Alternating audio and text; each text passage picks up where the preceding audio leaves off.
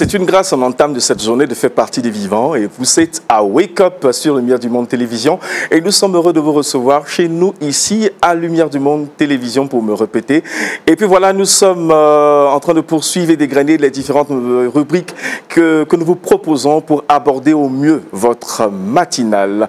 Bonjour à mes chroniqueuses, je veux commencer par Rebecca. Bonjour. Bonjour Madi, bonjour Pasteur. La reine du Tribox pour le jour. Oui. Que l'Éternel te bénisse. Amen. Et puis bonjour à mon cher frère Jean-Jacques Denis. Bonjour Madi, comment tu vas? Actu. Je vais très bien. J'aime bien la couleur de ta chemise. Hein. Merci Jean-Jacques. Rare, voilà, c'était très bien. Merci beaucoup Jean-Jacques. Tu vas bien? Je vais très bien. Bon, si je vais très bien, grâce à Dieu. Bon, ça va. Et puis je sais qu'on part au Cameroun avec ton Culture Actu aujourd'hui. Dans Culture Actu, on va aller s'informer quand même au Cameroun, précisément à Yaoundé, et puis on va revenir.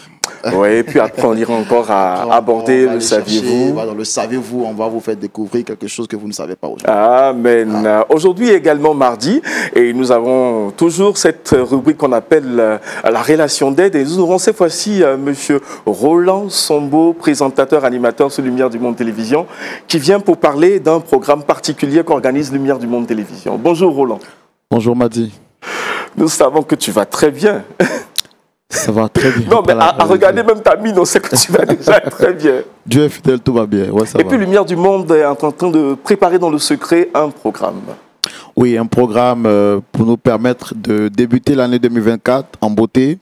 Vous savez que Lumière du Monde Télévision fait toujours les choses en grandeur. C'est clair. Et je vous donnerai de plus amples informations tout à l'heure. Amen. Et puis nous avons pour invité spécial une sommité de l'Évangile et nous recevons notre pasteur Christian Blanc. Bonjour. Bonjour pasteur. Voilà, pour rappel, il est ancien président des Assemblées de Dieu de France. C'est ça. Et il a abordé, égrené aussi d'autres fonctions. Oui, président du Conseil national des évangéliques de France aussi. Amen, amen, amen. Et puis pasteur, c'est avec vous que nous allons méditer, passer une bonne dévotion matinale et nous allons y aller maintenant. Méditons ensemble. Alors, j'ai pensé qu'on pourrait parler de mondialisation. Je ne sais pas si ce mot vous est familier. Oui, mondialisation. Mondialisation, globalisation. Ce sont des mots qui sont entrés dans notre vocabulaire maintenant, au XXIe siècle. Alors, qu'est-ce qu'il faut y voir? Certains y voient un grand bazar international, planétaire. D'autres y voient une opportunité pour faire des affaires. Et puis les plus pessimistes, les plus incrédules, eux, ils sont anti-mondialisme, on va dire. Ils y voient une menace pour les peuples, une menace pour les cultures des peuples, pour même parfois l'économie des peuples. Et ils y voient surtout une menace pour la planète, à cause des énergies utilisées, etc. Alors, mondialisation, globalisation, ça se définit par une ouverture, dit-on, c'est la définition du dictionnaire, l'ouverture des économies nationales, donc celle de la Côte d'Ivoire, à un marché mondial. Et tous les États, entre eux, signent des traités d'échanges commerciaux, et ça va dans tous les sens maintenant. Tous les États sont impliqués les uns vis-à-vis des autres. Des accords commerciaux. C'est ça. Le phénomène a pris de l'accélération depuis une cinquantaine d'années maintenant. Alors certains y voient un vrai progrès pour la planète, mais comme je le disais à l'instant, d'autres ont le pied sur le frein et disent non, non, on va dans le mur. On va dans le mur, c'est dangereux, etc. Alors, les pessimistes voient la santé de la planète, ils disent avec les avions, les marchandises qu'on fait circuler sur les océans ou par les airs, on dépense du pétrole, on dépense de l'énergie en grande quantité, c'est pas bon pour l'atmosphère. D'autres disent le progrès social, alors ça c'est surtout les Occidentaux, les Européens, eux ils s'inquiètent, ils disent le progrès social là, on va faire un bond en arrière, les salaires vont être bloqués, il ne va plus y avoir d'évolution, il va falloir se caler sur les salaires les plus bas de la planète, etc. Et il y a toutes sortes de positionnements, selon qu'on est optimiste, positif, ou qu'on est incrédule et pessimiste. Alors, cette globalisation affecte aujourd'hui tout le monde économique, mais aussi le monde financier. et même le monde culturel. Oui. Aujourd'hui, on est impressionné.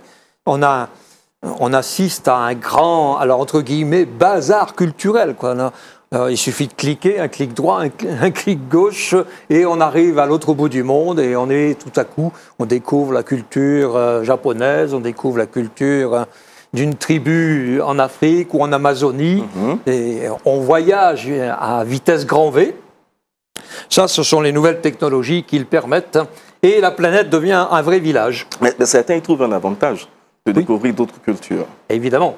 Alors, tout dépend si on est optimiste ou pessimiste, donc on se cale d'un côté ou de l'autre. Certains vont y voir un avantage et vont le saisir, et puis d'autres, ils vont être dans la négation totale, et finalement, ils vont passer à côté peut-être d'un rendez-vous. Alors, que l'on soit pour ou contre, ça, c'est pas l'objet de ma méditation et de mon propos, nous devons néanmoins convenir que le développement des moyens modernes d'échange, de communication, de transport, ont fait de notre planète, comme je disais à l'instant, un vrai village. Et chaque pays est un quartier du village. Ouais. Voilà.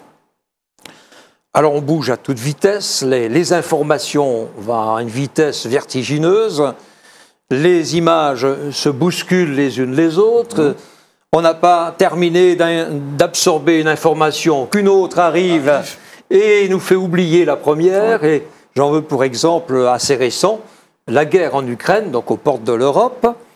Alors, dans les journaux télévisés, on avait de l'Ukraine et de la Russie tout le temps. Tout le temps. Tous les journaux. L'Ukraine et la Russie, l'avancement des lignes, etc. Et puis, à partir du 7 octobre dernier, avec les attentats En Israël. au Moyen-Orient, on avait l'impression que, ça y est, l'Ukraine et la Russie avaient trouvé une solution. On ne parlait plus de cette région du monde. Il n'y avait qu'une région où il se passait quelque chose, c'était le Moyen-Orient. Et ça va très très vite, très très vite. Circuler, il n'y a plus rien à voir, c'est là-bas qu'il faut regarder. Voilà. Et nous sommes dans ce monde-là, aujourd'hui. Mais dans ce flot d'images, ce flot de communication, on n'a jamais autant communiqué aujourd'hui. La 3G, la 4G, la 5G, les réseaux sociaux. On a à peine envoyé un message que dans la seconde qui suit, on a déjà 2 réponses, contradictoires d'ailleurs, etc. Et au milieu de tout ça, alors qu'on est hyper communicant, les êtres humains souffrent d'indifférence. À les comprendre. Alors qu'on a les outils pour communiquer, alors qu'on a les outils pour communiquer avec quelqu'un de l'autre bout de la planète, des antipodes, voilà qu'avec le voisin qui est à côté, ben on l'ignore, on le salue à peine, on ne sait pas du tout s'il a un problème. Et cette indifférence, elle gagne de plus en plus de terrain parce que l'être humain devient une véritable marchandise là-dedans, dans une économie qui n'a pas de nom. Et l'être humain est une espèce de ressource monnayable. Et quand il n'est pas rentable, on le jette, on l'ignore, on l'oublie, on n'a rien à faire. On se retrouve un peu maintenant dans la chanson de Goldman. Jean-Jacques Goldman. Voilà, Jean-Jacques Goldman. Et il chantait ceci, alors, il chantait ça en 85. Je ne sais pas si tous vous étiez nés. Oui. Moi, je l'étais bien. Et il chantait ces paroles: je marche seul, comme un bateau dérive, sans but, sans mobile. Je marche seul dans la ville, tout seul et anonyme. Alors, je n'ai pas la mélodie en tête, je cite juste les paroles. Alors, vous allez dire, vous êtes un peu sombre ce matin. Où ça va nous mener? Bien, il faut savoir qu'on peut sortir cette indifférence parce qu'il y a quelqu'un qui nous connaît. On est sur ces écrans radars. Il sait où nous sommes. Non seulement il sait où nous sommes, mais il sait dans quel état nous sommes. Amen. Intérieurement même. Puisque c'est celui qui sonde nos cœurs et nos reins, dit la Bible. C'est celui qui nous connaît parfaitement. Et les évangiles nous racontent l'histoire d'un homme qui était, donc il y a 20 siècles de cela, sur le bord d'une piscine à Jérusalem, la piscine de Bethesda. Et la fête religieuse battait son plein dans Jérusalem, mais lui, il était tout seul, infirme, sur le bord de cette piscine, et il attendait un hypothétique secours. quand Jésus-Christ est passé par là, il le voit, il le remarque, et il s'intéresse à lui. Il aurait pu aller direct à la fête, faire la fête avec tous les autres. Voilà. Et non, cet homme l'a intéressé. Il savait, il a deviné, il a compris tout de suite que cet homme était malade depuis longtemps. Alors il s'adresse à lui, il dit « Veux-tu être guéri ?» Et cet homme de dire « Mais je n'ai personne. Je n'ai personne. » Et beaucoup aujourd'hui de ceux que nous côtoyons tiennent un peu ce langage. Dans la vraie vie, je parle. Pas sur Internet, pas sur les réseaux sociaux. Dans la vraie vie, comme on dit, il y a beaucoup d'isolement, de solitude, beaucoup d'indifférence. Et c'est une souffrance. La solitude est une maladie qui ronge les Français, paraît-il. Et ils sont, je ne sais plus combien, des milliers et des milliers à souffrir d'une maladie qu'on appelle la solitude. À l'ère de la communication. C'est paradoxal et invraisemblable. J'aime ces paroles de la Bible qui nous sont rapportées par l'apôtre Paul. Qui peut nous séparer de l'amour du Christ? La détresse, le peut-elle, ou l'angoisse, ou encore la persécution, le danger, la mort.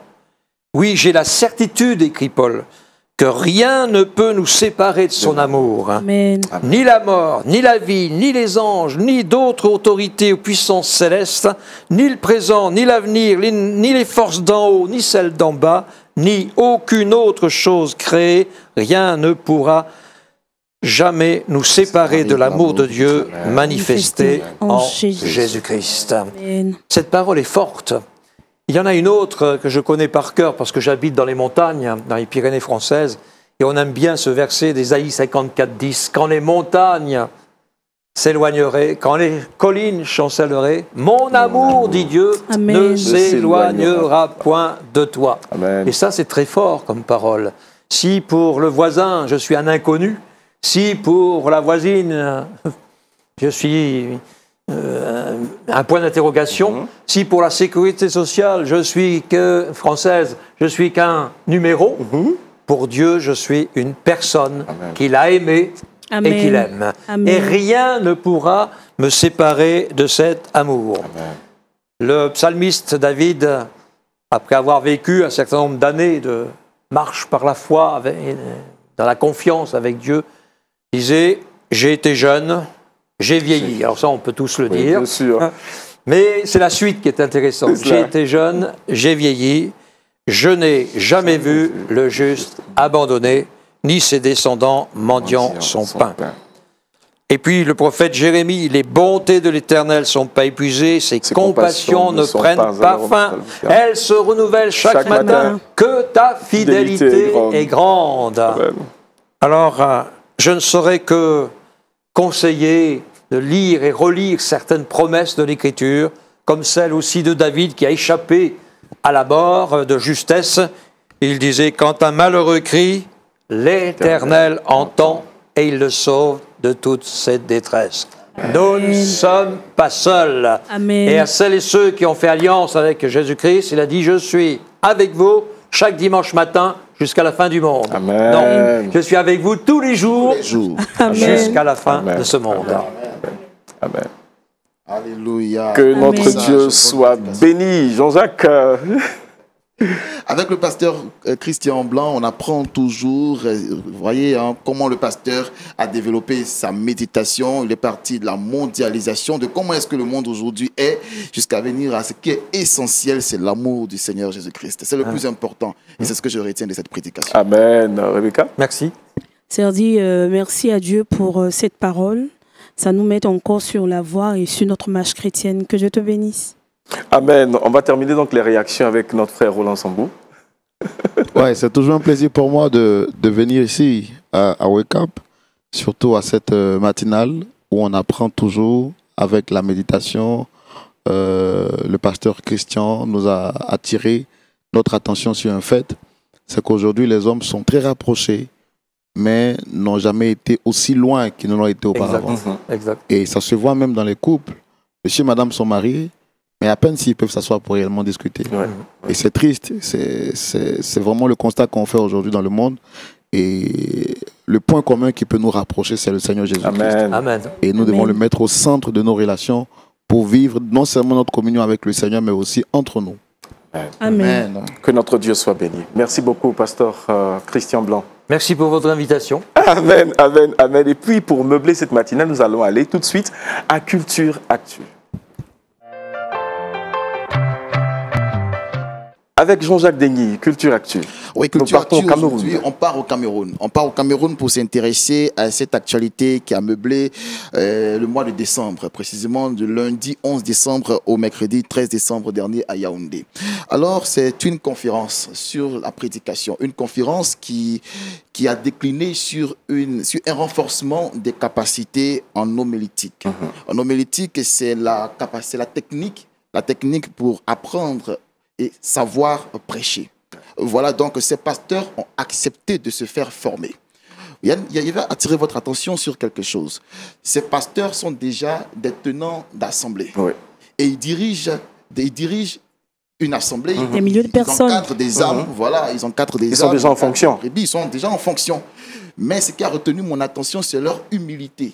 Venir Apprendre. apprendre à nouveau. davantage. Vous voyez, c'est tellement important et ils étaient une vingtaine qui ont répondu à cette invitation, qui ont participé à ce renforcement des capacités. Ils n'ont pas dit, mais moi je tiens déjà une assemblée, moi je connais déjà Je connais tout. voilà, des hommes, je sais déjà encadrer des brebis. C'est cela. Mais ils ont déposé carrément leur titre.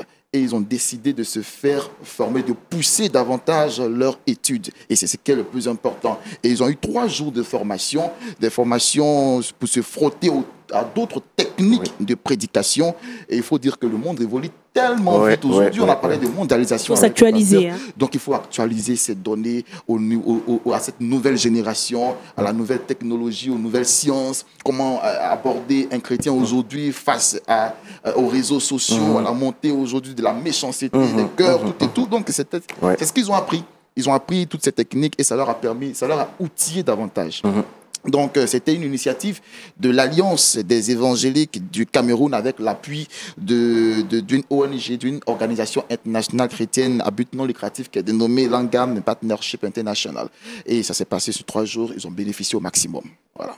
Amen. Wow. Dieu te bénisse. Amen. Pasteur, les renforcements de capacités, qu'est-ce que vous en dites? Je pense que c'est bien.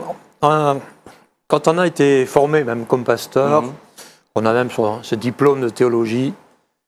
Comme il a dit, le monde bouge. Bouge. On a toujours peut-être les mêmes munitions, mais la cible bouge. Ouais. Et donc, il faut toujours suivre cette cible. Et le fait de suivre des formations continues, c'est ce qu'on appelle notre jargon dans la formation, c'est ça, la formation continue. Formation continue, c'est vraiment un outil indispensable pour toujours viser la cible. Sinon, on risque d'être en avant ou en retard. Amen, amen, amen. C'était ça, en tout cas, l'actualité de ce jour. Mais c'est une très belle actualité. C'est lui indiqué aussi pour porter un regard sur tous les serviteurs de Dieu, pour qu'ils acceptent de toujours retourner là où il faut, pour se renforcer, pour avoir de nouvelles techniques. En tout cas, c'est une très bonne pensée. Merci. Nous disons déjà merci à Jean-Jacques, et puis si déjà Roland veut déjà réagir, toi qui parles beaucoup de formation. Oui, effectivement, la formation, c'est la base de toute personne qui veut aller très loin. Et il a fait mention d'un élément très important, les pasteurs qui ont accepté, malgré leur expérience ou leur titre, ils ont déjà un background, de se faire former. Mais qui de mieux que le Seigneur Jésus-Christ pour nous montrer l'exemple? Amen. Il arrive dans le commencement de son ministère, il vient se mettre à genoux devant Jean-Baptiste. Et il dit à Jean-Baptiste, baptise-moi. Et Jean-Baptiste dit non, moi je ne suis pas digne de délier tes lacets. Mais il accepte. Et la Bible dit, il ne s'est pas regardé comme une proie à être arraché d'être égal à Dieu. Mais il s'est humilié lui-même. Amen. Et en tant que serviteur de Dieu, nous devons porter de bons fruits. Et quand on porte de bons fruits, c'est à cela qu'on nous reconnaît en tant que fils de Dieu. Amen, amen, amen. C'est clair, c'est net, et puis il n'y a rien à redire. Et ça va donc nous permettre de laisser le micro à notre frère Roland Sambo pour la relation d'aide. Nous parlons aujourd'hui donc d'un programme que Lumière du Monde Télévision veut mettre sur pied. Nous te laissons donc en parler. Voilà, merci encore, comme vous le dites, aux Wokopiennes. Oui, les Wokopiennes, les Wokopiennes. Merci au pasteur, merci à tout le monde. Très content de vous retrouver à cette matinale. J'espère que vous avez bien dormi, vous êtes bien réveillés, que vraiment le Seigneur vous fait du bien. au travers de cette matinale. Je suis là aujourd'hui pour vous parler de 3 jours de programme que le Seigneur nous permet ici à Lumière du Monde Télévision d'organiser. La meilleure relation d'aide que nous puissions avoir, c'est celle que nous donne le Seigneur Jésus-Christ au travers de sa parole. Et c'est pourquoi il dit, je serre ta parole dans mon cœur de peur de pécher contre toi. Il dit également que ce livre de vie ne s'éloigne point de ta bouche, médite-le jour et nuit, afin que tu réussisses dans tout ce que tu entreprendras. L'année 2024 commence en beauté et Lumière du Monde Télévision te donne de commencer cette année en force et en beauté. Dieu, par sa grâce, nous permet de recevoir une personnalité ecclésiastique, non des moindres, ici en Côte d'Ivoire, pour 3 jours de programme important. Ça sera donc le 5, le 6 et le 7 janvier 2023. Ce sont des dates à retenir très importantes. Autant pour moi. 2024. J'avance au nom de Jésus. Voilà. Amen. Donc, ça sera donc le 5, le 6 et le 7 janvier 2024. Donc, ce programme se tiendra dans 2 endroits différents. Premièrement, au Temple Chandelier des Églises Assemblées de Dieu et ensuite dans les locaux de Lumière du Monde Télévision. Nous recevons qui? Nous recevons donc le président de l'Église Assemblée de Dieu des États-Unis d'Amérique. Voilà. Il est le surintendant général des Églises Assemblées de Dieu des États-Unis d'Amérique, l'orateur, le révérend Doug Clay, qui sera ici en Côte d'Ivoire, précisément à partir du 5, le 6 et le 7. Qu'est-ce qui va se passer donc pendant ce programme? Le vendredi, à partir de 19 h, nous serons donc au Temple Chandelier de l'Église Assemblée de Dieu. Et le samedi, nous aurons 2 sessions. La session du matin, quand je dis 2 sessions, la session du matin à partir de 9 h, qui sera donc le Leadership Training, qui est donc ouvert et réservé à tous les leaders, que vous soyez pasteur, responsable d'église, chantre, je ne sais pas quoi, diacre, diaconesse, en tout cas tous ceux qui exercent dans l'église cette session de leadership training vous est réservé. Tout à l'heure, Jean-Jacques parlait de ces pasteurs qui sont venus se faire former. Donc c'est une opportunité que Lumière du Monde Télévision donne donc à tous ces leaders d'assemblée de bien vouloir se faire former et apprendre, bien entendu, de par le Seigneur Jésus-Christ au travers son serviteur qui vient spécialement des États-Unis d'Amérique. Et puis le dimanche, nous aurons donc le culte au Temple Chandelier de l'Église Assemblée de Dieu. Mais avant le dimanche, nous aurons également le samedi à partir de 19 h. Nous aurons le culte également avec notre orateur qui vient spécialement des églises, plutôt des États-Unis d'Amérique et qui est le surintendant général de l'Église Assemblée de Dieu des États-Unis d'Amérique. Le thème qui sera traité est le suivant: produire de bons fruits. Que veut dire produire de bons fruits? Pourquoi produire de bons fruits? Comment produire de bons fruits? Voici autant de questions que nous nous posons. Et pourquoi c'est en 2024 que vous et moi nous devons produire de bons fruits? Voici autant de questions qui justifient... On entame une nouvelle année en plus. Bien sûr. Voici autant de questions qui justifient le fait que vous soyez présents à ce programme. Donc je vais rapidement rappeler le programme. Le vendredi à partir de 19 h, c'est une séance de prière qui est ouverte à tout le monde. Tout le monde peut participer à partir de 19 h. Au Temple Chandelier de l'Église Assemblée de Dieu, ici même en Côte d'Ivoire. Le samedi, nous aurons la session de Leadership Training réservée spécialement aux leaders, aux pasteurs, aux diacres, en tout cas tous ceux qui travaillent, aux chantres également, qui exercent ministère dans l'Église. Et puis le soir, à partir de 19 h, nous aurons donc le culte habituel que vous connaissez sur Lumière du Monde Télévision. Mais il faut rappeler que pour le samedi, c'est sur invitation. Voilà. C'est sur invitation et vous avez donc la possibilité d'appeler pour voir s'il y a encore des places disponibles pour pouvoir participer le matin à la session de Leadership Training et puis le soir à partir de 19 h au culte. Et puis le dimanche donc, ce sera donc ouvert à tout le monde pour faire le culte au Temple Chandelier de l'Église Assemblée de Dieu. Voici donc la bonne nouvelle que je partage avec vous pour débuter votre année 2024 en beauté. Je veux dire, c'est le cadeau que Lumière du Monde Télévision vous offre pour que vous portiez de bons fruits. Amen. Wow. C'est un Bon beau cadeau. fruit et puis c'est un beau cadeau. Oui. La question que je veux poser, est-ce que les pays environnants qui sont autour de la Côte d'Ivoire pourront donc accepter de venir ou pourront venir? Et quelles seront les conditions? Alors, comme je l'ai dit, pour le culte du vendredi, plutôt pour la prière du vendredi soir, à partir de 19h, c'est ouvert à tout le monde. Donc, que vous soyez de la France, du Burkina Faso, peu importe l'endroit où vous vous trouvez, vous pouvez donc participer à ce programme. Cependant, la petite contrainte que nous avons, vous savez que Dieu par sa grâce, nous avons un beau local, mais le studio de LMTV ne peut pas prendre tout le monde.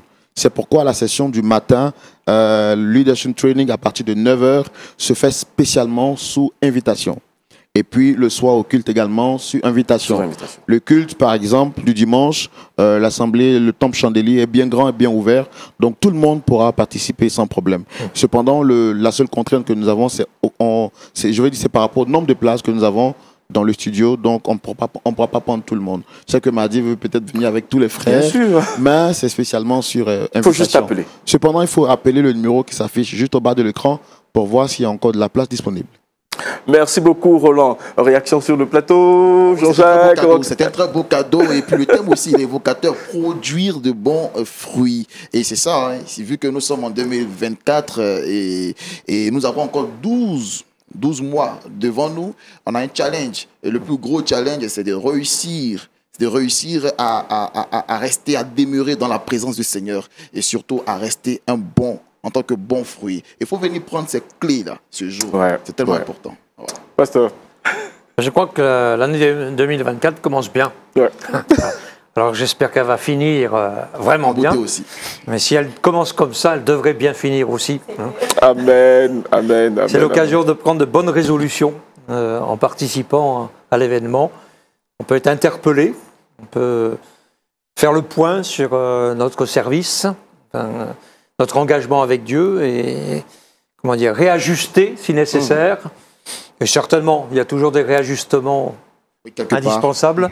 Mais commencer l'année avec un tel message, une telle thématique, je pense que c'est démarrer du bon pied. Amen, amen. Et je me saisis de la dernière phrase du pasteur. On dit c'est démarrer du bon pied que de commencer une année avec une bonne thématique, une bonne orientation. C'est sûr que ça va déterminer l'allure que tu vas prendre au cours de l'année. Que notre Dieu soit béni. Puis nous disons encore merci à notre frère Roland Sambo. C'est moi qui vous remercie. Tu reviendras sur l'information, je pense, dans les prochaines éditions. Voilà. Et puis nous allons tout de suite et maintenant aller à Trickbox pour connaître les astuces naturelles que Rebecca nous prépare.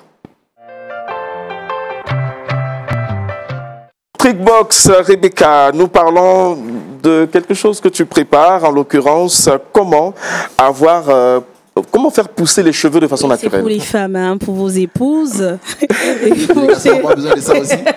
Non. Alors, vous saviez que les cheveux poussent en moyenne 1 cm par mois. Et donc, pour avoir... 1 cm par mois. Oui. Et pour les entretenir, mesdames, il faut avoir une bonne hygiène de vie.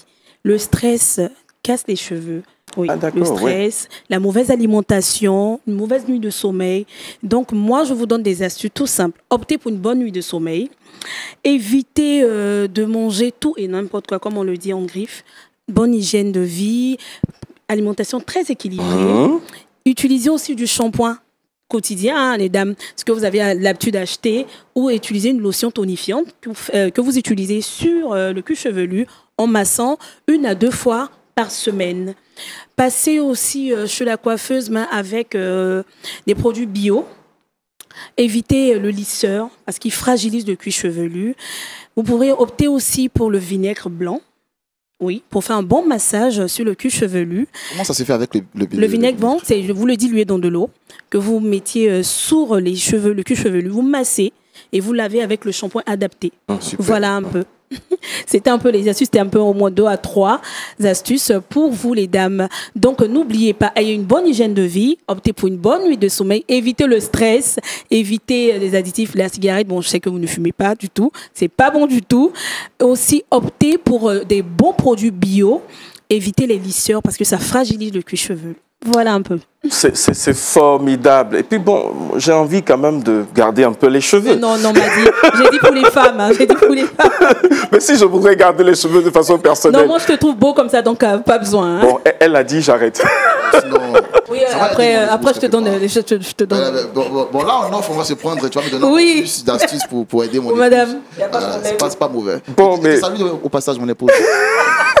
Et puis, est-ce qu'on peut demander à Roland ce qu'il a une préférence pour une astuce? Moi, à chaque fois que je viens ici, que vous donnez des astuces, c'est tout ce qui est en rapport avec la nourriture.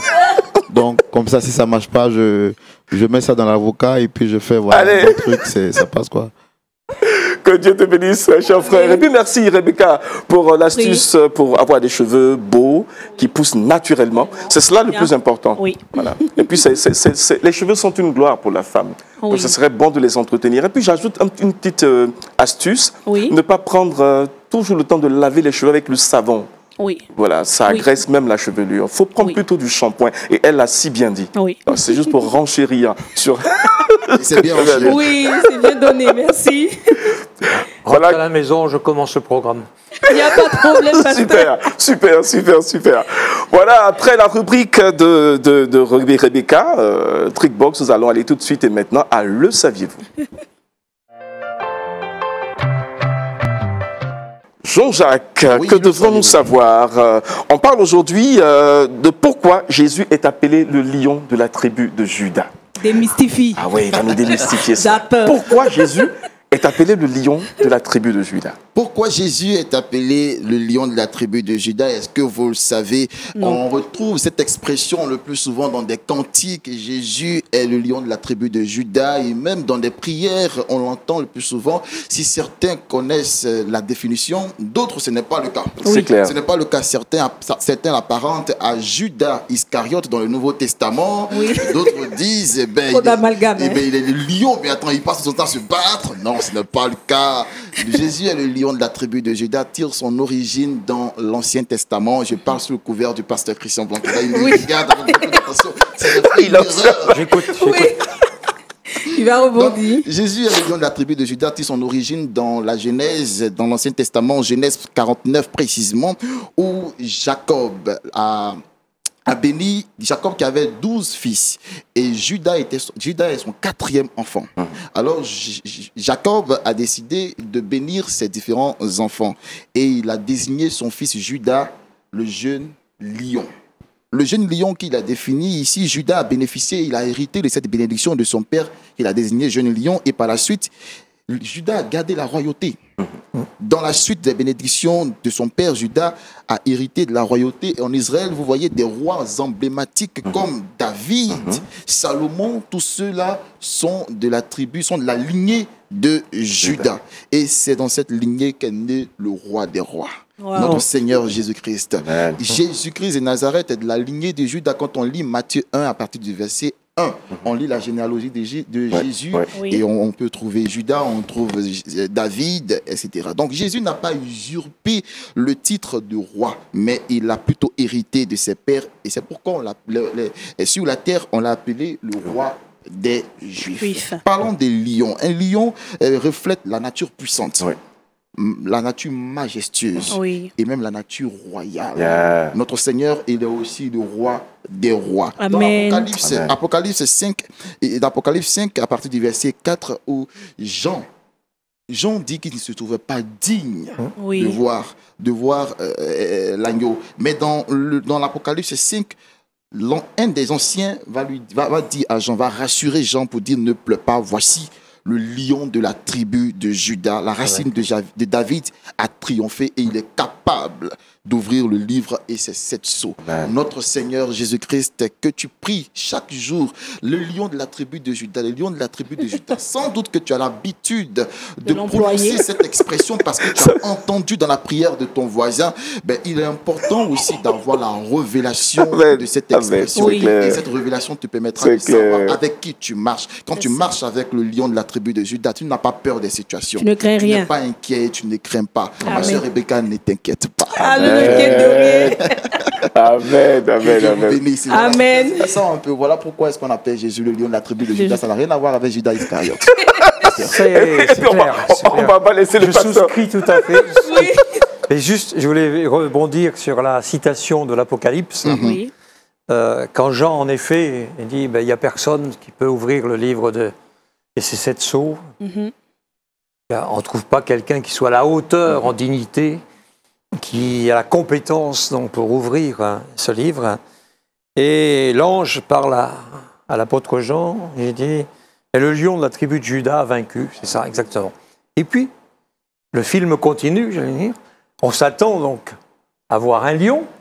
Et Jean dit, eh ben non, j'ai vu un agneau immolé. C'est bizarre. La vérité de Dieu est paradoxale. Hein.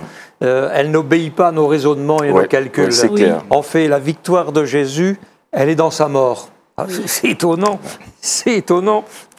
La victoire de Jésus n'a rien à voir avec la victoire des deux brigands qui étaient à côté. Eux, ils mouraient pour leur peine. Ils subissaient leur condamnation. Mais la signification de la mort de Jésus est toute différente, en donnant l'impression d'un échec, finalement. Voilà, il termine comme ça. En fait, il était en train de remporter la grande victoire. Et la promesse de Dieu s'accomplissait. La postérité de la femme écrasera la tête du serpent. Et c'est assez curieux, ce changement d'image dans les versets qui se suivent dans l'Apocalypse.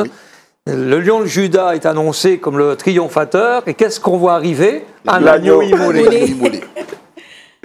Et parlant de l'agneau immolé, la prochaine fois, on va vous démystifier. On va vous parler de pourquoi Jésus est appelé l'agneau immolé.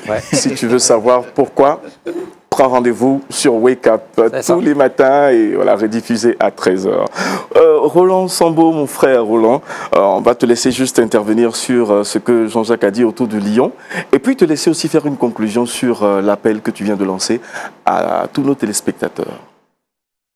On vient d'apprendre et de découvrir que le lion de la tribu de Judas, c'est pas Judas Iscariote. Donc, voici que nous sommes très contents de le savoir. Et Jésus est le lion de la tribu de Judas. Amen. J'aime le lion à cause de sa sérénité. Et quand le lion déploie son énergie, on sait alors qu'on a affaire à une force de la nature. C'est ça. Et c'est ça que le pasteur vient de nous dire tout à l'heure. On parle du lion et c'est un agneau qu'on voit mourir.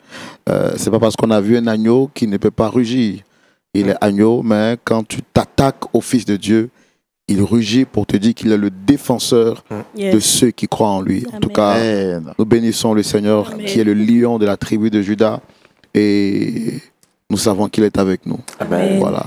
Et donc pour terminer, pour conclure par rapport donc à mon intervention, je tiens à rappeler que le lion de la tribu de Judas, qui est Jésus-Christ de Nazareth, a porté de bons fruits. Amen. Et si nous sommes des enfants de Dieu, nous sommes également appelés à porter de bons fruits.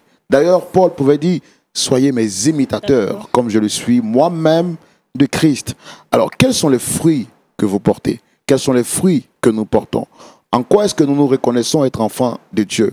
D'ailleurs, la première fois que l'expression chrétienne a été prononcée, c'était à Antioche. La Bible dit, à cause de leurs œuvres, on les appelait chrétiens. Pour dire, voici les petits Christ, qui font comme Christ. Peut-être que tu as envie de porter de bons fruits, mais tu n'arrives pas. Ce n'est ni par la force, ni par la puissance. Comment porter de bons fruits? Pourquoi porter de bons fruits? Comment faire en sorte que les fruits que tu portes puissent persister dans le temps et surtout produire de bons fruits? Donc Dieu t'appelle à être une usine de producteurs de bons fruits. Comment le faire? Lumière du Monde Télévision te donne rendez-vous le vendredi 5, le samedi 6 et le dimanche 7. Le vendredi, à partir de 19h au Temple Chandelier de l'église Assemblée de Dieu, ici même en Côte d'Ivoire. Le samedi, à partir de 9h dans les locaux de LMTV, mais sur invitation. Le dimanche également, à partir de 19h pour le culte en direct. Et puis plutôt le samedi, toujours à partir de 19h pour le culte en direct. Et puis le dimanche également pour le culte au Temple Chandelier de l'église Assemblée de Dieu. L'orateur est le révérend Doug Clay, qui est le surintendant général des églises Assemblée de Dieu aux États-Unis d'Amérique. Il vient spécialement pour toi. Alors ne manque pas ce programme. Prépare-toi à vivre des temps de transformation et d'impact par le Saint-Esprit de Dieu. Que Dieu te bénisse. Et puis ne restez pas indifférents à ce programme, comme l'a indiqué notre pasteur, le pasteur Christian Blanc. Nous allons donc prier avec les téléspectateurs, pasteur. Voilà, pour faire asseoir complètement ces différentes paroles dites dans le cœur de chacun d'entre nous. Seigneur notre Dieu, nous nous adressons à toi avec reconnaissance, alors que le monde peut-être ne nous connaît pas, nous ignore complètement, ou nous a laissé parfois pour compte sur le bord du chemin. Nous avons dans le ciel un Père céleste qui prend soin de nous, un Père céleste qui s'intéresse à nous, qui s'intéresse à notre présent, qui s'intéresse à notre avenir et surtout qui s'intéresse à notre éternité. Seigneur, nous voulons te dire notre reconnaissance. Amen. Le salut que tu as préparé pour nous est un grand salut. Amen. Amen. En effet, le lion de Juda a triomphé, comme nous l'avons évoqué, Amen. Partagé. Il a remporté la victoire sur le péché. Amen. Il a remporté la victoire sur la puissance des ténèbres. Amen. Il a remporté la victoire sur la mort. Il a remporté la victoire sur notre adversaire, le diable. Il l'a dépouillé de sa puissance, dit l'Écriture. Et aujourd'hui, par ta grâce, tu nous entraînes, tu nous emmènes dans le triomphe de Jésus-Christ, dit l'apôtre Paul. Nous sommes heureux d'être à la suite, de marcher à la suite de Jésus-Christ.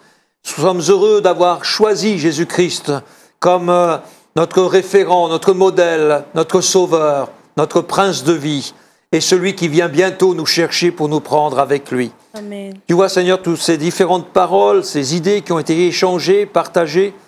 Tu vois ce prochain rendez-vous qui est prévu au début de l'année pour se former et porter davantage de fruits et j'allais dire de meilleurs fruits. Amen. Tu vois tout cela, Seigneur. Nous te prions pour que ça obtienne de ta grâce et ta bénédiction, que ça germe dans les cœurs, que ça fasse germer un enthousiasme, Amen. une joie de te servir, Merci, une joie d'aller, oui. une joie d'être témoin de Jésus-Christ, et une joie de proclamer, de faire connaître. Seigneur, étends ta bonne main sur tous ces efforts qui sont mis en œuvre pour l'avancement de ton Merci, règne, Seigneur. et que ton nom soit glorifié. Amen. Amen. Amen. Amen. Amen. Amen. Verset boussole.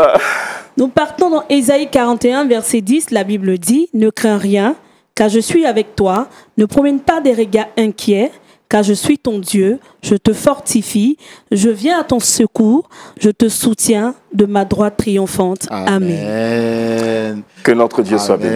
Amen. Nous avons ainsi terminé cette matinale. Pour quelqu'un qui nous suit à Amen, présent, c'est qui était clair. vraiment fauché spirituellement, une personne qui était découragée quelque part, mais le Seigneur vient te rassurer encore avec ces beaux messages. Shalom, que l'Éternel vous bénisse. Au revoir. Bonne journée. Au revoir.